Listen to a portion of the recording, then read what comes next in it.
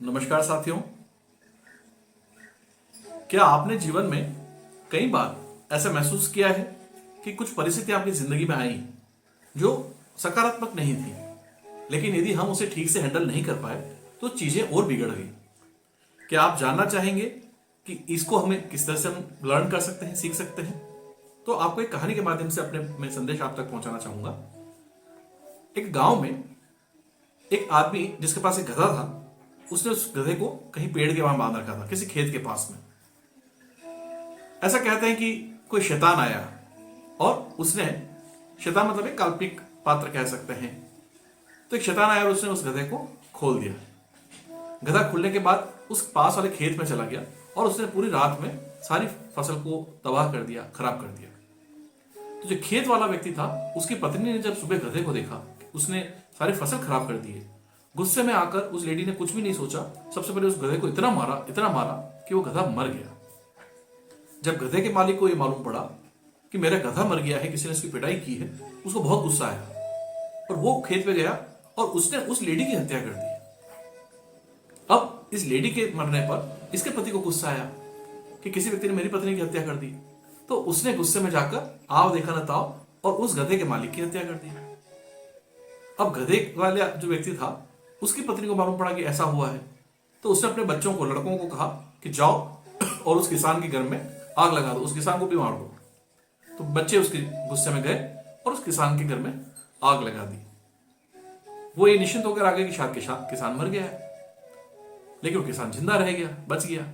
और जब उसे इस घटना का मालूम पड़ा कि किसने किया, तो वो गया और उसने उस गधे वाले की पत्नी और उसके बच्चों को मार दिया। उसके बाद कहीं कि उसको मन में ग्लानि हो रही थी। संयोग से उसको वो शैतान मिला जो शुरुआत में उस गधे को खोल के गया था। तो उसने उस शैतान को पकड़ा और पूछा कि ये सब जो इतना कुछ हुआ है, जिसमें परिवार के इतने सदस्य मर गए हैं, दोनों परिवारों के, किसका दोष है? क्या गलती हो? तुम इसमें कहां पर इन्वॉल्व हो? सारा दोष उसने शैतान पे मढ़ा। तो शैतान ने ये कहा कि मैंने तो मात्र एक गधे को खोलने का काम किया था, लेकिन उसके आगे तुम लोगों को कैसा व्यवहार करना था, क्या समझ रखनी थी, क्या करना चाहिए था, क्या नहीं करना चाहिए था, इसकी तो तुम्हारे हाथ में स्वतंत्रता थी।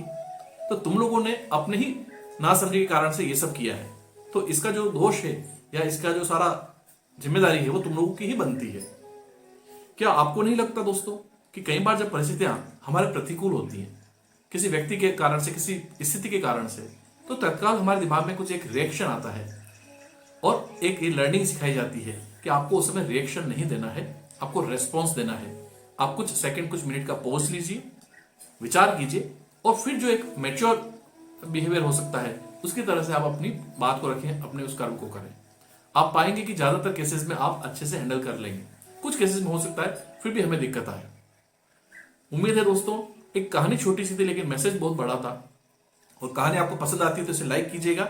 और यदि आपने मेरे इस यूट्यूब चैनल रक्षित आमेटा टोटल सोल्यूशन समाधान को अभी तक सब्सक्राइब नहीं किया है तो कुछ क्षण लेकर इसे सब्सक्राइब कर लें और नोटिफिकेशन बेल आइकन को अवश्य दबाएं ताकि आने वाले सभी वीडियोस की जानकारी आपको मिलती रहे। कहानी को अपने मिलने वालों में भी शेयर करें ताकि उनकी जिंदगी में भी कुछ पॉजिटिविटी, कुछ सकारात्मकता, कुछ लर्निंग के लिए हम कंट्रीब्यूट कर सकें। अपना और अपने परिवार का ध्यान रखें दोस्तों। पुनः मुलाकात होगी एक नई कहानी, एक नए मैसेज के साथ। धन्यवाद।